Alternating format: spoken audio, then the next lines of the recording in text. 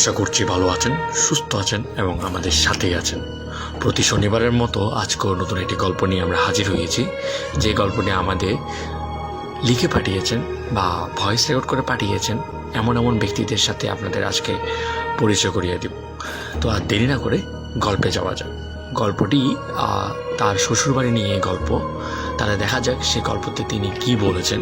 তাহলে আপনারা উপভোগ করুন আর আমাদের সাথেই থাকুন। এবং আপনাদের যদি গল্পগুলো ভালো লেগে থাকে অবশ্যই লাইক, কমেন্ট এবং শেয়ার করে আমাদের পাশে থাকুন। ধন্যবাদ। আসসালামু আলাইকুম ভাইয়া। আমার শ্বশুরবাড়ির যে ঘটনাটা বলবো সেটা হচ্ছে, তারা যে ফ্ল্যাটে থাকতো সেই ফ্ল্যাটের ৫ম তলায় থাকতো। তার আগে কিছু জিনিস বলি আমার ব্যাপারে। সেটা হইতেছে যে আমি বোঝার পর থেকে কিছু জিনিস কোনো খারাপ কিছু যদি কোথাও থাকে বা জিন বা যে কোনো কিছু, আমি ওইখানে গেলে আমার শরীরটা কেন যেন ভার হয়ে যায়। আমি বুঝতে পারি যে এখানে কিছু একটা সমস্যা। এটা আমার অনেক আগে থেকেই। তো যখন আমি আমার শ্বশুর বাড়ি যাই তখন আমি বুঝতে পারি যে বাসাটা একটু অন্যরকম, কারণ গেটের মধ্যে পা দিলেই কেমন যেন শরীরটা ভার হয়ে যায়। আর আমার শ্বশুর শাশুড়ি ওনারা যে ফ্ল্যাটে থাকতো, ওই ফ্ল্যাটটাই মূলত বেশি সমস্যা। তারপর যাওয়ার পরে ছিলাম কিছুদিন ভালোই, তবুও আমার কেমন যেন একটু লাগতো, ভয় ভয় কাজ করতো।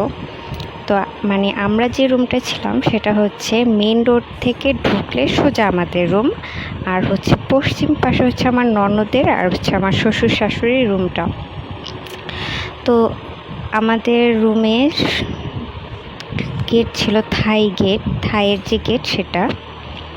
তো একদিন ঘুমাইছিলাম, তো তখন প্রায় রাত ৩টার কাছাকাছি সময় বা তারও পরে হইতে পারে, ফজরের আগে হবে।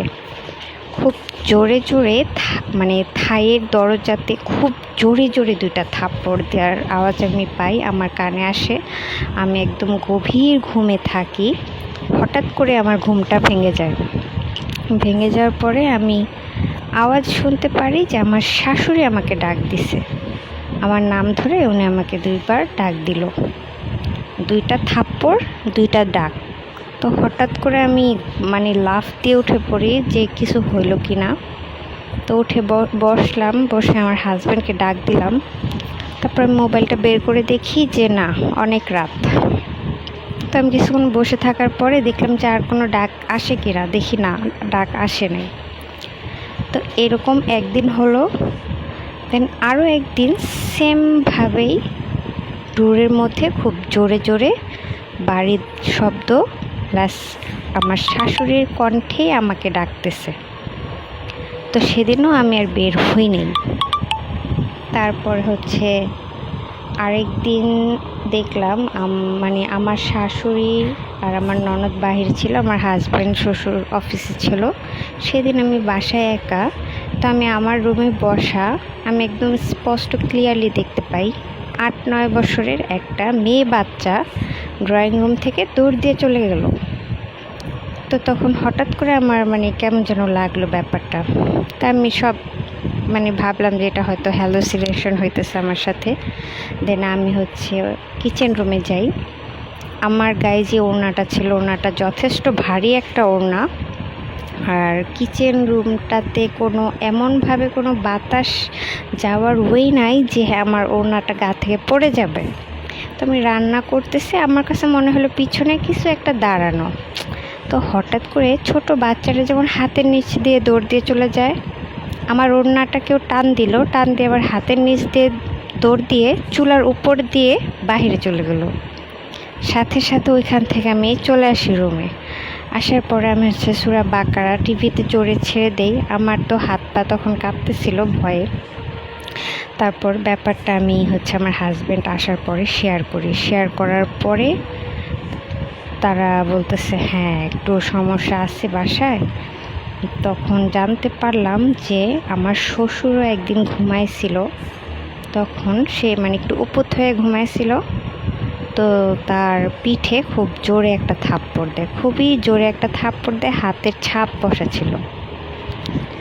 তারপর হচ্ছে যখন আমার শ্বশুর দেখলো যেরকম পিঠে থাপ্পড়, ভাবছে হয়তো আমার শাশুড়ি দুষ্টামি করেই করছে। পরে তাকে দেখে যে না, কেউ নাই। উনিও দেখতেছে যে উনি খাটের থেকে অর্ধেক নিচে পড়ে আছে, মানে ওনাকে নামায় দিতেছে একদম টাইনে, এরকম মানে ধৈর্য টাইনা নামায় ফেলতেছে। তখন উনি চিৎকার দেয়, চিৎকার দেওয়ার পরে হচ্ছে ডাকাডাকি করার পরে আমার শাশুড়ি আবার হচ্ছে দৌড়ে রুমে যাওয়া দেখে যে এই অবস্থা। আর আমার ননদ আর কি একা ঘুমাইতে ভয় পাইতো, এই জন্য হচ্ছে আমার শাশুড়ি ওর সাথে ঘুমাতো। তারপর আমার ননদেরও বিয়ে যখন হয়, ওর বিয়ের পরেও খুব খুব খুব সাফার করতে হয়, কারণ হচ্ছে ও প্রতিনিয়ত ভয় পাইতো। মানে ওর হাজব্যান্ড মানে কাবিন করানো হয়, তো বিয়ের পর দিনেই ও হচ্ছে প্রচুর ভয় পায়। ওর হাজব্যান্ডকেও দেখে ভয় পায়, ওর আম্মুকে দেখলে ভয় পায়। একদিন ওরা শুয়েছিল, হঠাৎ করে দেখতেছে ওদের সামনে মানে পর্দাটা একদম দাঁড়ায় আছে, মানে গায়ের কাঁথাটা সোজা দাঁড়ায় আছে। মানে এগুলো দেখতো অনেক সমস্যা হইতো, লাস্টের দিক দিয়ে তো ওগুলা খুবই বিরক্ত করতেছিল।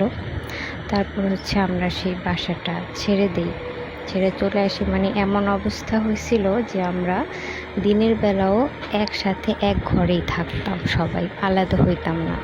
এখন আপনাদেরকে যে গল্পটি আমি শোনাবো সেই গল্পটি লিখে পাঠিয়েছেন জোনাকি। তিনি গল্পের নাম দিয়েছেন জলপাই গাছের ভূত। তাহলে আর দেরি না করে সে গল্পে যাওয়া যাক। আমাদের বাসা ময়মনসিংহ জেলার সদর উপজেলায়, গ্রামে থাকি আমরা। তো ঘটনাটি ঘটে আমার বড় বোনের সাথে। আমার বড় বোনের বয়স তখন 11 বছর। সময়টা ছিল 2012 সাল, গ্রীষ্মকাল। খুবই গরম পড়ছে। ধান কেটে পানি দেওয়ার জন্য পানি সেচের মোটর ছাড়া হতো। এমনি এক সন্ধ্যায় দিকে আমার মা আর বোন সেখানে গোসল করতে যায়। জায়গাটির এক পাশে ছিল অনেক ধান ক্ষেত। মোটরের সাথে একটা বড় পুরনো জলপাই গাছ রয়েছে। গাছটি নিয়ে লোকমুখে অনেক কথা শোনা যায়। গাছটি ভালো ছিল না। পেছনে আবার আমার প্রতিবেশী কাকার বাসা ছিল, যাদের মোটর তাদের বাসা। তো আমার মা তাড়াতাড়ি গোসল শেষ করে বাসায় চলে আসে। মা কখনো আমাদের একা রেখে যান না কোথাও, কারণ আমরা ভয় পাই বলে। ওইদিকে কোন খেয়ালে চলে আসছে মা বলতে পারে না। আমার বোন তখন একা একা মোটরের পানিতে গোসল করছিল। হঠাৎ আমার বোন দেখতে পায় সাদা কাপড় পরা কিছু একটা, যার দুটো পা হাঁটু পর্যন্ত কাটা, ড্রেনের পানি দিয়ে। তারপর ড্রেনের পানিতে শব্দ করতে করতে আমার বোনের সামনের দিকে এগিয়ে আসছে। তখন আমার বোন প্রচণ্ড ভয় পেয়ে যায় আর একটা চিৎকার দিয়ে আমার কাকির বাসায় চলে যায়। চিৎকার শুনে সবাই বাইরে আসে। আমার বোন তোতলাতে সব খুলে বলে। পরে সবাই এটা বুঝতে পায় যে সেখানে কিছু হয়েছে, এবং সবাই সেখানে গিয়ে কিছু দেখতে পায় না। সবাই বুঝতে পারছিল জলপাই গাছটার জন্যই এমন হচ্ছে। ছোট মানুষ, সন্ধ্যার দিকে একা আসা ঠিক হয়নি, এই বলে কাকে আমার বোনকে আমাদের বাসায় দিয়ে যায়। পরে আর সেখানে কেউ যাতায়াত করেনি। আর এরপরে সেই গাছটি কেটে ফেলা হয় এবং এরপর থেকে আর কোনো সমস্যা হয়নি।